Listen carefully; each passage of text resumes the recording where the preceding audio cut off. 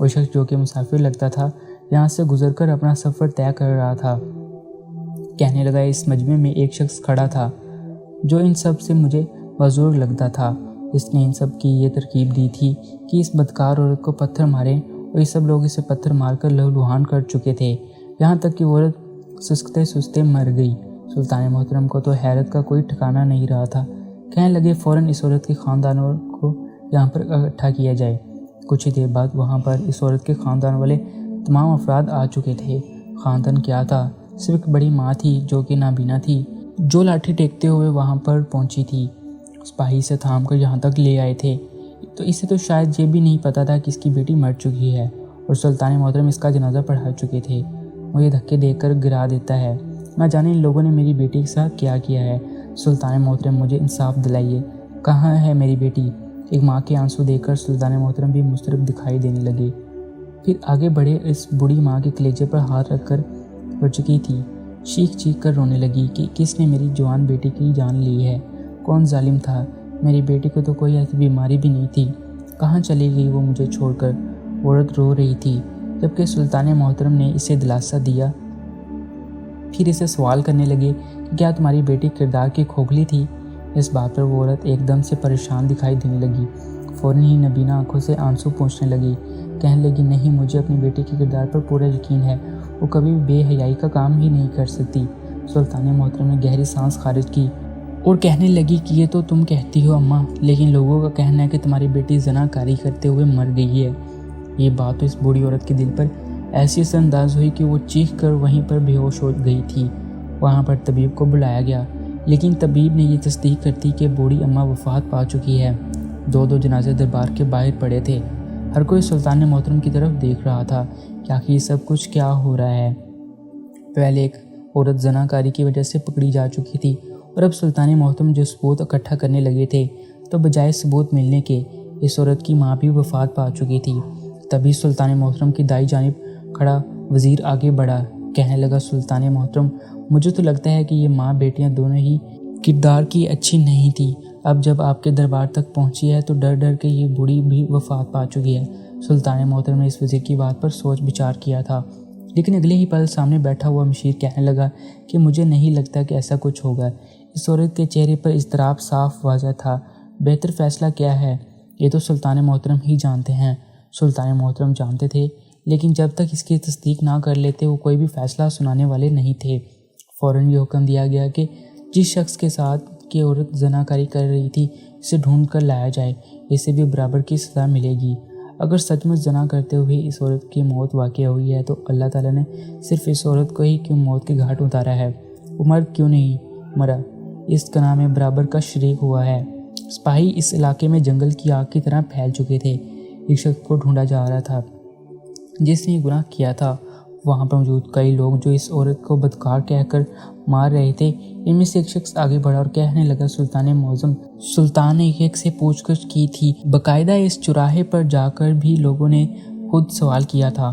اس بار انہوں نے کوئی بھی بھیس نہیں بدلا تھا، بلکہ خود وہاں پر گئے تھے۔ اس عورت کی میت کو سرد خانے میں رکھ دیا گیا تھا۔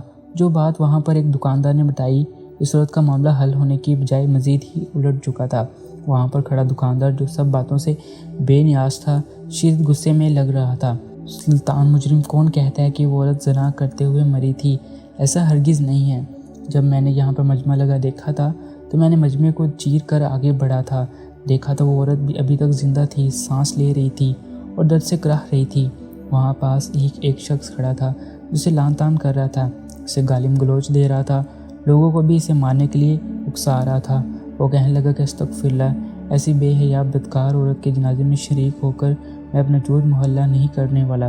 ایسی عورت کو تو گدھے پر باندھ کر پورے مجمع کا چکر لگوانا چاہیے، اور یہی اس پر سزا ہے۔ بلکہ اس عورت کی لاش پیٹ چراہے پر لٹکا کر تب تک رکھنی چاہیے جب تک اس کا ڈھانچہ ثابت نہیں بچ جاتا۔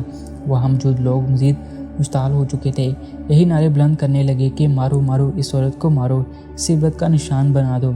یہ ہر ایک اس عورت کے لیے عبرت کا نشان بن جانی چاہیے جس نے آج تک گناہ کیے ہیں، اسے صحیح سلامت چھوڑنا ہی نہیں ہے، ورنہ ہمارے گھر کی بیٹیاں بہنیں بھی اسے دیکھ کر اپنے دودھ پھلانگنے لگیں گی۔ مجمع میں لوگ کھڑے یہی نعرے لگا رہے تھے۔ ان کے آگے موجود شخص تو کچھ زیادہ ہی غصے میں دکھائی دینے لگا اور چیخ چیخ کر سامنے پڑی عورت کے خلاف نعرے لگانے لگا تھا، جس میں سانسوں کی رہک چل رہی تھی۔ آس پاس کئی پتھر پڑے تھے، کئی پتھروں پر تو خون لگا ہوا تھا۔ عورت ایک بڑی ہی چادر میں اپنا وجود چھپا رہی تھی۔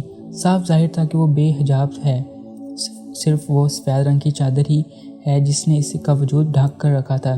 اس کے سانسوں کو ڈور چلی جا رہی تھی۔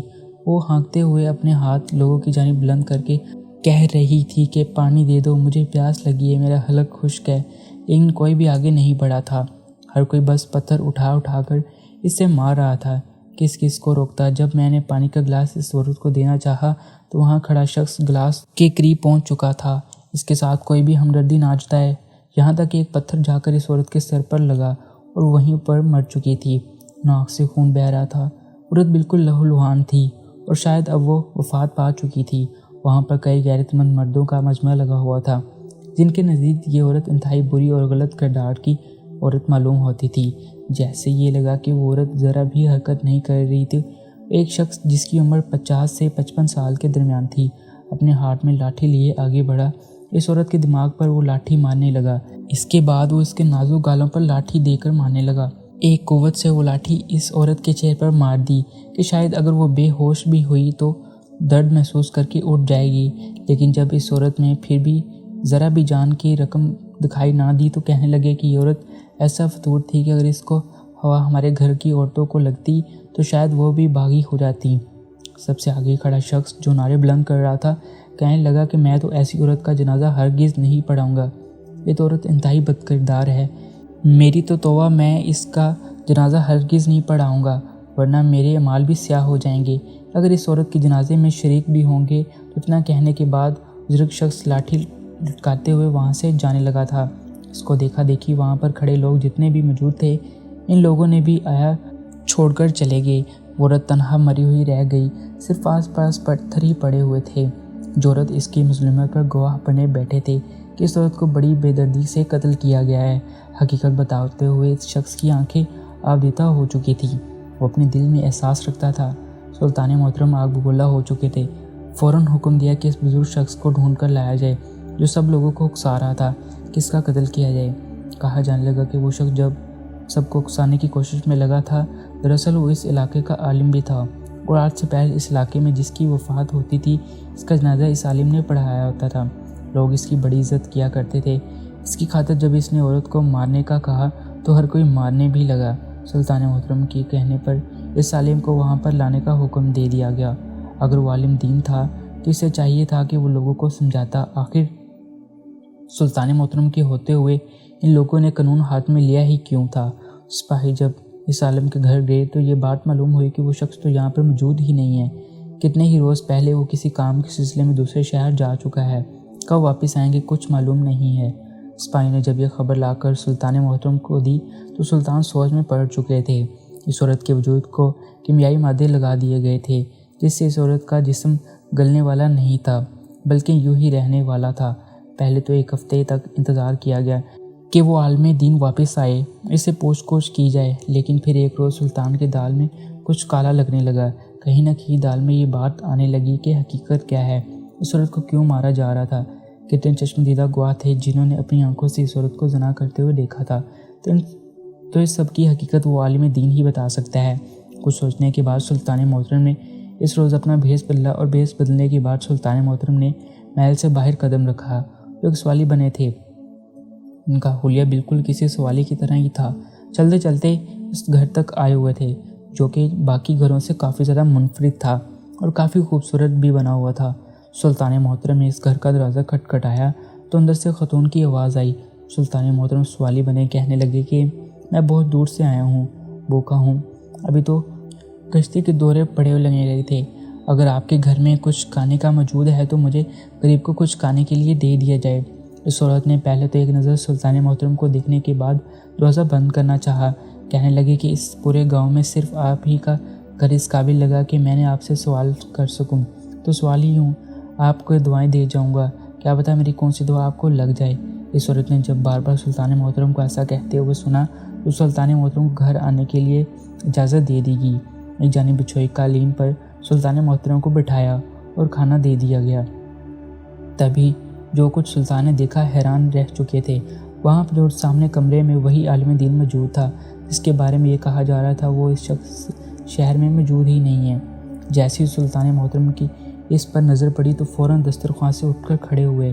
اس شخص کے پاس جا کر اس سے گردن سے دبوچا اور عالم دین پہلے بھڑک چکا تھا۔ بڑے ہی انا اور مغرور انداز میں کہنے لگا، تم ہوتے کون ہو مجھے گردن سے پکڑنے والا؟ لیکن جب سلطان محترم کو اپنے قریب کھڑے دیکھا جیسے اس کی ساری ہی اکڑ نکل چکی تھی۔ سلطان محترم اسے دربار تک لے کر آئے تھے۔ وہ بہت گھبرا رہا تھا۔ کہنے لگا، سلطان محترم مجھ سے کون سا گناہ کر دیا ہے؟ سلطان محترم اسے دیکھا اور پھر کہنے لگے، تم خود ایک عالم دین کہتے ہو، لیکن جو جاہلانہ عمل تم نے کیا ہے کیا تم جانتے بھی ہو؟ اگر ایک عورت زنا کرتے ہوئے پکڑی بھی گئی ہے تو لوگوں کو اسے پتھر مارنے کا کیوں کہا؟ میرے ہر سوال کا جواب خدا و حاضر ناظر جان کر دو۔ اگر ذرا بھی جھوٹ کی آمیزش مجھے محسوس ہوئی تو میں تمہیں یہیں پر پھانسی پر لٹکا دوں گا۔ پہلے تو وہ عالم دین تھوڑا سا گھبرایا ہوا کہنے لگا کہ میں نے کچھ نہیں کیا، عورت گناہ گار تھی، مجھ سے برداشت نہیں ہوا اور میں باقی بہن بیٹیوں کی عبرت کے لیے ایسا کر چکا تھا، میری اس کی کوئی ذاتی دشمنی نہیں تھی۔ سلطان محترم کہنے لگے، اگر تم نے عورت کو زنا کرتے ہوئے دیکھا تھا تو وہ شخص کون ہے جس کے ساتھ وہ زنا کر رہی تھی؟ یہ سن کر اس عالمہ کی چہرے رنگت بالکل بدل چکی تھی۔ اس کی ہڑبڑاہٹ سلطان سے چھپی نہ رہی۔ سلطان محترم کہنے لگے کہ کہیں اس عورت کے زنا کرنے والے تم ہی تو نہیں تھے؟ کتنا سننا تھا کہ وہ عالم تڑپ اٹھا۔ اگلے ہی پل اس نے سر پر ہاتھ رکھ کر کہنے لگا، قسم کھا کر کہتا ہوں کہ آج تک کبھی حرام کاری کی طرف نہیں گیا۔ سلطان نے تو جان ہی لیا تھا کہ یہ کچھ جانتا ہے لیکن بتانے سے انکاری ہے۔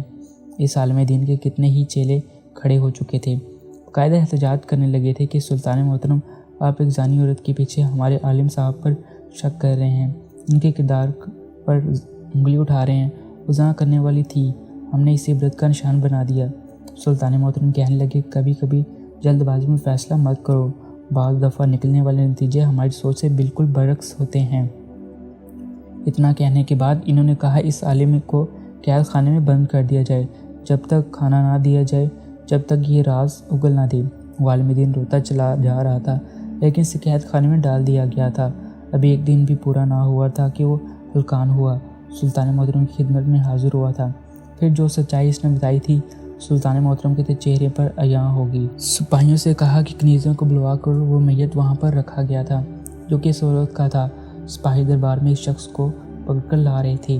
جیسے اس کی نظر عورت پر پڑی تو وہ تھوڑا گھبرا چکا تھا، مگر اس عورت کو مکمل انداز کر کے سلطان محترم کے پاس گیا اور کہنے لگا، سلطان محترم آپ نے مجھے یاد کیوں لایا ہے؟ سلطان محترم نے اس عورت کی جانب اشارہ کیا اور کہنے لگے، کیا اس عورت کو پہچانتے ہو؟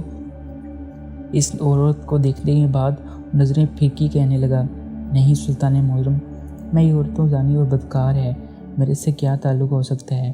وہ شخص بڑا تاجر تھا، اسے اس علاقے کا سب سے زیادہ مال تاجر مانا جاتا تھا، وہ سود پر قرضے بھی دیا کرتا تھا۔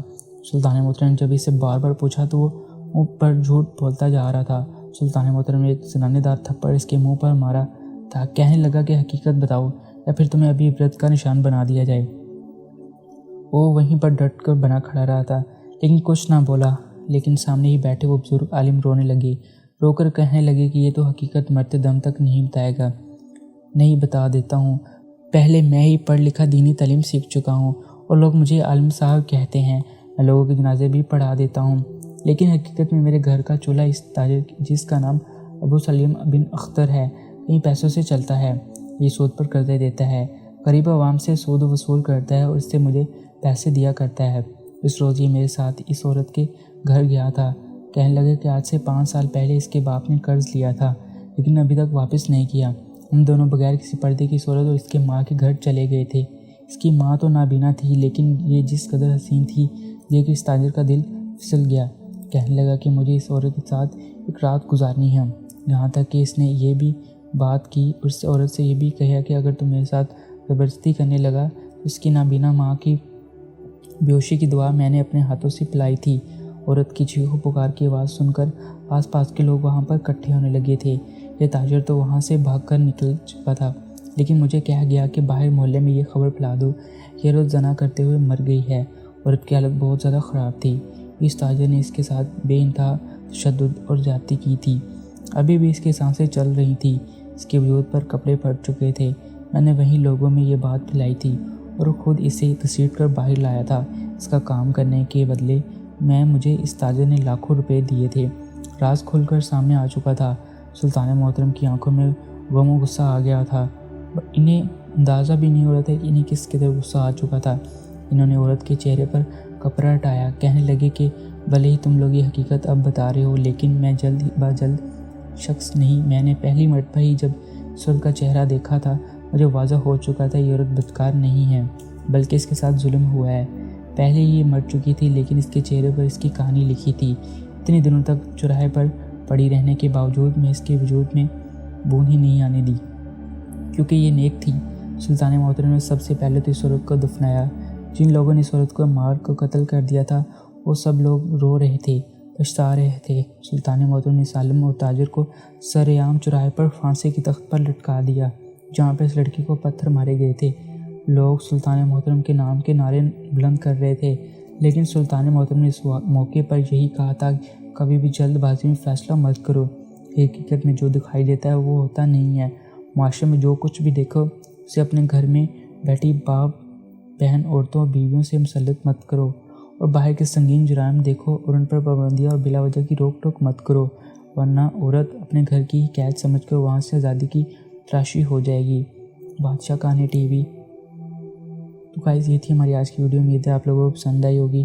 اگر آپ لوگوں کو پسند آئی تو ہمارے چینل کو لازمی لائک، شیئر، سبسکرائب کریے گا۔ آپ کا بے حد شکریہ۔ اللہ حافظ۔